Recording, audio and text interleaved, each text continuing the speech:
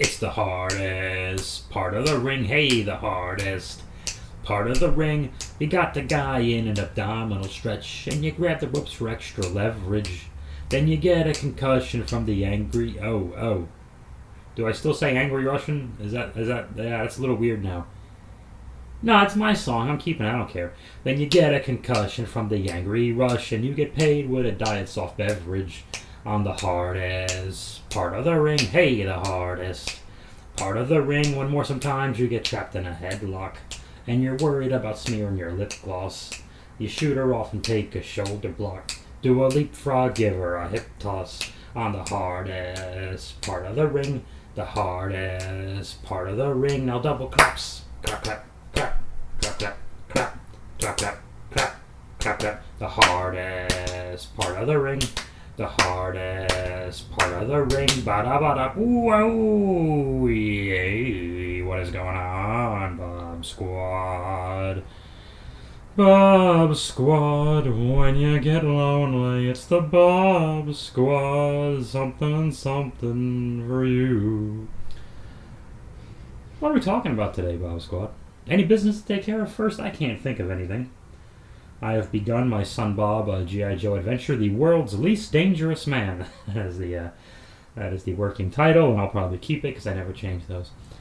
And stand-up comedy tomorrow at La Jolla Comedy Store, 916 Pearl Street. Don't park at Vaughn's, telling my jokety jokes. I'll be one of the people on the lineup there. We'll have a good time. We'll be cracking wise, flipping our lids, doing the thing that we do. So it'll be very good. Right, San Diego people? Are there any listening? No, there's no San Diegans listening to this. We can jump into Raw. If there's anything else, I'll think of it. It is the Hulu edition of WWE Monday Night Raw, the February 28th, I want to say yes. February 28th edition of WWE Monday Night Raw. We opened with Hulk Hogan slamming Andre the Giant. And then, I didn't notice this, but I did notice it last week and I forgot to bring it up. They play their new, whatever the Raw theme is, some kind of hip-hop with the kids and the hippin' and the hoppin'. And their giant hammer pants and their Super Nintendos. I know what the kids like. Dressing up like the Crow. That's what kids do nowadays, isn't it? They listen to Nelly, who's complaining about the temperature or the room or something like that. I don't fucking know. I'm hip with the kids, man. You know the kids, you give them a hula hoop. They eat a moon pie. Maybe they roller skate to Makeout Mountain and borrow Dad's Corvette. Kids. And Arthur Fonzarelli jumps the shark. Speaking of jumping the shark, let's get back to this television program. Hulu edition, not limited enough commercial interruption, and John Cena is the narrator for the Then Now Forever opening to this program.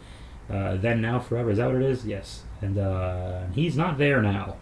He was there then, and he clearly ain't going to be there forever. He's enjoying a peacemaker life. He's enjoying his 40s and stunt doubles and inspirational tweets. That's what John Cena is doing. So, the theme of this program throughout the entire show is the active roster not being good enough to be on WrestleMania. That is the story that they've told for everyone. Even legends like Edge, Orton, people like AJ Styles, Seth Rollins and Kevin Owens, who've been top guys for a while. None of them can manage somehow to get spots on WrestleMania. And this is the opening. I mean, they are openly admitting that these people cannot get on WrestleMania. Why not? How have you made everyone garbage? How have you done this? Does Big E still work there? He was champion recently. I don't know. I was on SmackDown, but I don't even see him there much either. Anyway, we opened the show with the only really good part of it.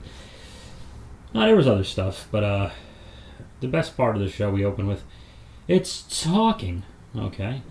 The Kevin Owens show with Seth Rollins and their friends, and Kevin Owens is wearing a cowboy hat incorrectly because he hates Texas, because supposedly we are teasing Kevin Owens versus Stone Cold Steve Austin at WrestleMania. That is the rumor that Austin's coming back for one more match or whatever against Kevin Owens. Why do I still not believe it? I mean, Owens did the classic thing. He mentioned Texas legends like JBL and Shawn Michaels. You work around it. You never actually name one of the people that the surprise is. So I get it.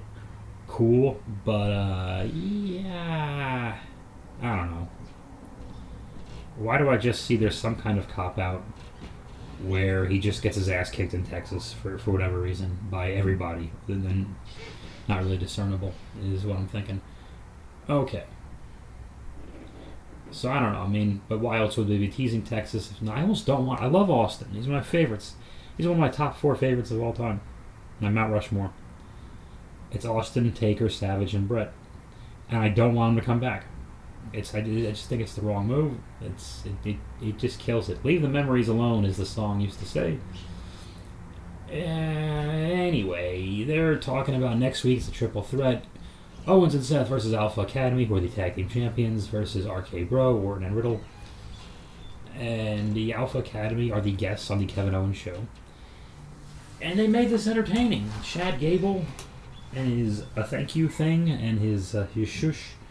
And Owens and Seth had fun with it. And you'll notice that Owens and Seth, they have a clever way. Well, it's not that clever, but it's an effective way of maintaining some of their own integrity, some of their own credibility is the word I was searching for. They say the dumb things that they're told to say by the old man, but they say them so sarcastically that you can't, that you see the wink wink, and they keep their credibility that way. That's why they both got great reactions. It's hard to keep those guys heel. Owens saying stupendous. He's been doing that for a little bit. And Seth Owens like pretty much rolling his eyes when he says Lesnar and Roman with the 2 title for title is the biggest match ever. He's kind of... They're saying the thing they were told to say, and I don't think the old man is quite lucid enough to understand the tone that they're saying it. I do think it's hit that point. Anyway, Alpha and Chad Gable and Otis were all very entertaining. They were having fun with the shoosh and Seth's terrible evil laugh.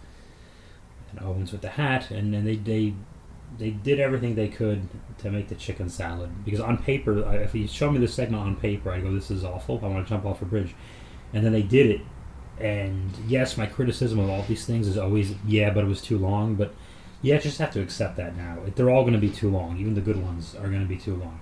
So I just hope they don't try to recreate it, because then that's when it'll suck. But it was good. So it went into a break and then a tag team match of Seth and KO versus Alpha Academy in a non-title match. Any weird notes here? Heel versus heel, but really, honestly, Owens was doing the firing up and Seth was doing the flying. I mean, it's kind of silly. I know it's on paper. Again, it's heel versus heel, but look at the way they wrestle. So Seth and Kevin definitely took the heel, the face roll of all the firing up and this, that, and the other thing. And Seth even did like a crawl and a desperate jump to make one of the hot tags, and I got a kick out of that. So Seth and Kevin Owens are doing a good job of just having their fun with it, making it work for them, which is not easy to do, and they're doing it. So I definitely hope they are a part of WrestleMania, and I imagine they will be in some form or fashion. I like what Alpha Academy has risen to, but for WrestleMania, I think Seth and Owens need the belts, quite frankly. But I think Seth and Owens versus RK Bro straight up 2 versus 2 is the match. Did they do it last week? Maybe they've done it as a main event before. I don't even remember because it wasn't as memorable. Whatever. Let's move on. Seth Rollins and Kevin Owens win this. They do a bunch of finishes on Chad Gable. Owens does the stunner, and again, he's hating Texas. He's been doing the stunner for a little while now, actually. But wink, wink, nudge, nudge. And if Owens does do the Austin thing, then what does Seth do? I don't know. But it was a stunner into the stomp from Seth. 1, 2, 3. And this gives them great momentum heading into the triple threat of the tag team championships. Blah, blah, blah, blah, blah, blah, blah, next week. Okie dokie. The 2 fakest things, there's a motorcycle going by. The 2 fakest things of the night just happened back to back right here. Nikki ASH says hero a bunch of times, superhero. She says the word several times backstage. And Dewdrop says she's happy to be a villain, and Becky comes by to save it and says, "This is call yourselves whatever you want to call yourselves, but we got to beat Bianca's ass and protect my title at WrestleMania." Blah blah blah blah. But it was both written and performed like dog shit. It was like, yeah, nobody's winning here. Because, okay, I get it, even if you can. So Nikki has the superhero thing, but why is that every word out of her mouth? That's the only thing she can say. Like Dewdrop with the fingers. I didn't see her do the spirit fingers. Maybe I missed it, but then we cut. Oh my god, it got worse. I actually wrote "oh god, comma, fake" in my notes, which I never do. Liv Morgan and Rhea Ripley are having a conversation, and Rhea repeated something like early on, like something was backward, because these things are written line for line, so something was off. Then when Bianca comes by and she says something about being an EST, and Liv said, and whatever. I've never seen the three of them look worse at the same time. And Liv's got her following. Rhea and Bianca are stars in my book, and I've never seen them two especially, and Liv look faker and sound worse than they sounded. It wasn't good. And then also, and Graves had to make this point on a commentary, which I don't know if he should have or shouldn't have, but so they're 30 seconds before their match, and now they decide that they need a strategy. Wouldn't they have had this conversation earlier? But and then the baby faces enter. 6-woman tag. They did the thing where they, Bianca wants to get to Becky, and of course Becky's always going to tag out, which is fine. Make us wait for it, yada yada. Totally cool with that. And they had Becky in there, or Rhea nonchalantly. Maybe in my head, I still think Rhea Becky was the Mania match they should have gone with this year. I think it was the match to do. I think the Bianca Becky thing falls flat for me. Because yes, they keep mentioning the SummerSlam, but what again, they pretend we're idiots, and they're kind of right, we're watching it, is that Becky and Bianca had a couple of rematches on Raw and pay-per-view and yada yada yada. So Bianca's chance for redemption for that SummerSlam loss, that's already come and gone. You're just pretending it didn't happen. But we saw it. So Rhea and Becky is the match you haven't done. You know what I'm saying? I hate when comedians say that. They don't write a punchline, they just go, something's crazy, you know what I'm saying? No, we do know what you're saying. You're saying you're a shitty comedian. Shut up. Okay, got off the topic there. The match ends with Becky turning tail, and Bianca whips Becky 3 times with that hair thing, and Becky is just sliced, her stomach is just sliced up. She's got all these red marks and scratches, which is good because it looks real. You can show it, and it looks real, and she was. And Becky took off up the ramp, leaving her the other two heels she doesn't really care about, defend for themselves. And instead of doing it to Dewdrop, I'm pretty sure it was Nikki who took the pin. She took Bianca's finish. I noticed too, this is Bianca's so strong. When Lex Luger would get underneath a guy to pick him up for the torture rack, even if it was an average-sized guy, Lex would always, he's a weightlifter, he's a bodybuilder, so he would squat down and lift and get underneath him. Bianca just kind of turns to the side like she's doing a yoga crescent moon pose and just picks up Nikki that way. It's like, oh my god. Bianca's core must be crazily strong. But 1, 2, 3, the big faces win. We're done with that. Let's move on. The Miz, the Mysterios are talking. Sorry, Mysterios, I fast-forwarded. They're talking about the Miz and Logan Paul, who for some reason has a WrestleMania match. And Miz comes out, and I fast-forwarded again. He's saying the same thing. I didn't care. It ends up being the Hurt Business, Cedric Alexander, Shelton Benjamin versus the two Mysterios. They have a good brief back and forth. I haven't seen a one-on-one match yet, by the way. Maybe on Hulu, but maybe off Hulu. But yeah, no one-on-ones yet.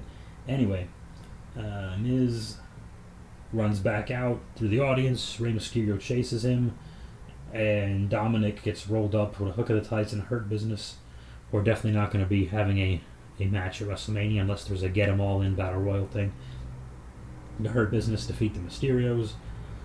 But I'm actually okay with that because we need the Mysterios to have more of a reason to be pissed off at Miz and Logan.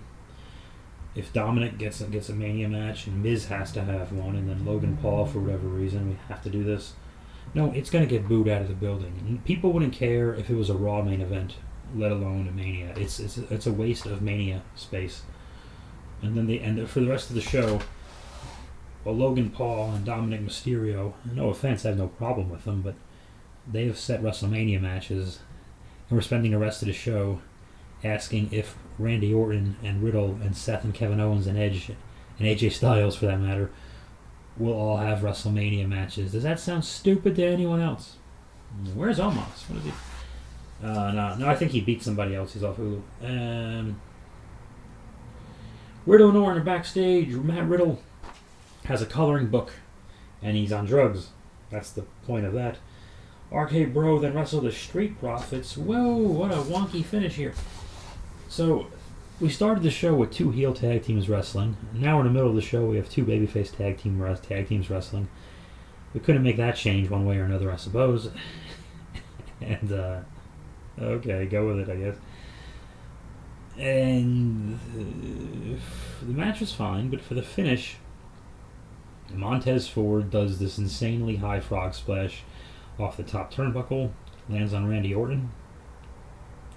I didn't catch this the first time. I had to watch somebody else post a clip of it because I was just looking at the height. But Montez pretty much came down on Orton's face, and the pin was weird because I do not think, and maybe I'm wrong, I do not think the Street Profits were supposed to win that match because Randy Orton was clearly going for some foot on a rope thing, and I think Angelo Dawkins was doing something with Orton's foot being on a rope, but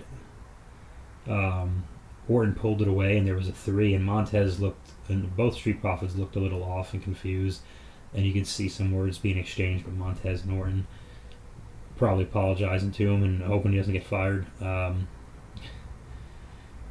It didn't look good. I mean, Orton's a tough guy, but who knows? I hope Orton's not hurt and this fucks up all the next week triple threat tag team match rules and the Mania plans and yada yada yada.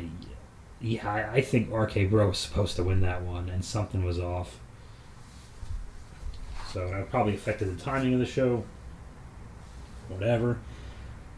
We do the same thing twice in a row after this. I'll explain what I mean in a second. Finn Balor challenges Damian Priest for the U.S. Championship. Finn Balor wins.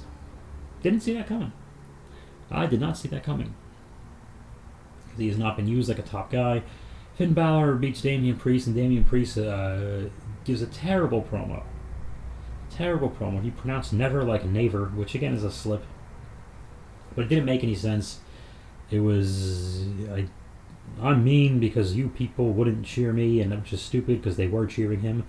Then they changed his music and did this ridiculous Damian side, Priest side gimmick with the announcers, and that's why people stopped cheering him. But what happened after that? Oh, and then he jumps Finn Balor and he beats him up, and he gives him like a big, I think like a Razor's Edge type of move on the table or whatever. And so Finn Balor wins the U.S. Championship and he's left laying. Okie dokie. So that's what happened there. And during this entire attack, and this is the reason I said that the same thing happens twice in a row. During the entire attack, no officials, no other good guys, no friends. Finn Balor has no friends to come out and help him. Not even security and officials and referees and whoever who should totally be out there to stop it. But it's just sport entertainment because they don't like stupid wrestling. Because wrestling's a dirty word, so we don't put in the shit that makes sense that keeps people watching. Okay, so that happened. What happened after that? There is another match after this. Or no, there's not. There's a big promo. But before we get to that... Oh, during the entrances for the U.S. title match, this is when this happened. Okay, I got confused. Austin Theory and Vince McMahon are hyping up Vince McMahon's appearance sometime this week on Pat McAfee's podcast. Theory is suggesting he should go there to protect Vince McMahon from maybe getting a fist fight with Pat McAfee, which is ridiculous because Vince McMahon is Pat McAfee's boss. But so are we setting up Pat McAfee versus Austin Theory? Probably at Mania, which means you have an announcer and a celebrity with matches, and most of your roster doesn't have a match. Cool. That's why nobody's over. Hey, something dumb happened. Actually, no, I'm going to give it a chance. Edge comes out, House of Fire, wants to know who's man enough to fight him at WrestleMania. AJ Styles eventually answers, and the first words out of AJ's mouth in a microphone are, "I accept." I'm like, well, that was easy. That works. Which I kind of appreciate it. Somehow Edge jumps AJ Styles, and he stomps AJ for a bit. AJ fires back, so Edge is taking on the heel. Turning heel, it's not so official, but he's definitely the heel now, because we don't turn heel and face anymore, especially on Raw. We just temporarily take up that role. It's not.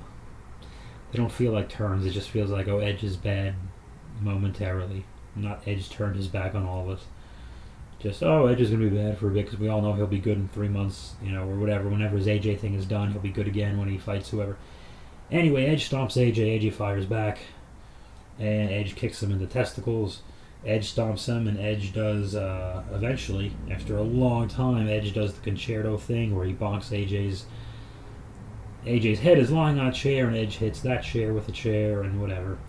And then Edge looks regretful and sorry, but confused and conflicted because he's been taking acting classes, and he's been on a couple of TV shows here and there. So he does it again, and this was way longer. This was way longer than the Damian Priest Finn Balor attack, and still 0 officials, 0 friends. Like, now it was way more of a crime than it was for the previous segment. I could kind of forgive the. It was a little long with Priest and Finn, but it wasn't so bad. Maybe if the officials had gotten there the second that Priest landed, the second that Finn landed on the table, if the officials got there a split second after, it'd be like, all right, fine, I'll let it go. But no, this was AJ's getting murdered for like 6 minutes on television. No one's doing shit. So it was like Seth and Roman at the Rumble. Went on for 10 minutes and no one did a damn thing. Like, there's not even. I know he has no friends, but no officials, security who are supposed to. But we could have 19 officials. We could have 19 fake indie wrestler security guards for every contract signing. But we can't just get them there to actually be security at the right moment. It just looked like shit. But I mean, the attack was brutal. Left an impact. It made you curious about the match, and it gave us someone, instead of just splitting the audience, it gave us someone to cheer and someone to boo for the match. Hopefully. It's still going to be hard to get him to boo Edge, and it's almost like booing Rey Mysterio or Jeff Hardy, who were never bad guys. I know Edge, he's been a top bad guy for most of his main event time anyway. But he's such a nostalgic favorite, though. I don't know. And AJ only magically turned good for no reason. So yeah, it was a little. It's as good as it possibly could have been as far as Edge being bad against AJ, but the lack of detail. Every post production, every camera shot has to change every split second, but no one thought, hey, shouldn't someone be trying to stop this? I think 2 was too many. Maybe, again, right after the first one, maybe they get there just a second too late. Right as he does the swing, tell the guys in the back to start running. And they just didn't get there in time. Something. Maybe some official. They do what happened when referees and guys in suits, Rene Goulet, whoever, they used to do the wave, like they're waving from the back, and then a bunch of job guys would run in. And those guys would bump and feed for whoever the monster was or the blah, blah, blah. No, nothing. I liked the wave. The frantic wave was funny. As if a bunch of young wrestlers in the back who don't know their ass from a hole in the ground are going to know what that means and run out, but whatever. Dumb wrestling. Fucking pretty boy Hollywood fucks. Okay, enough about. That was WWE Monday Night Raw on the hardest part of the ring.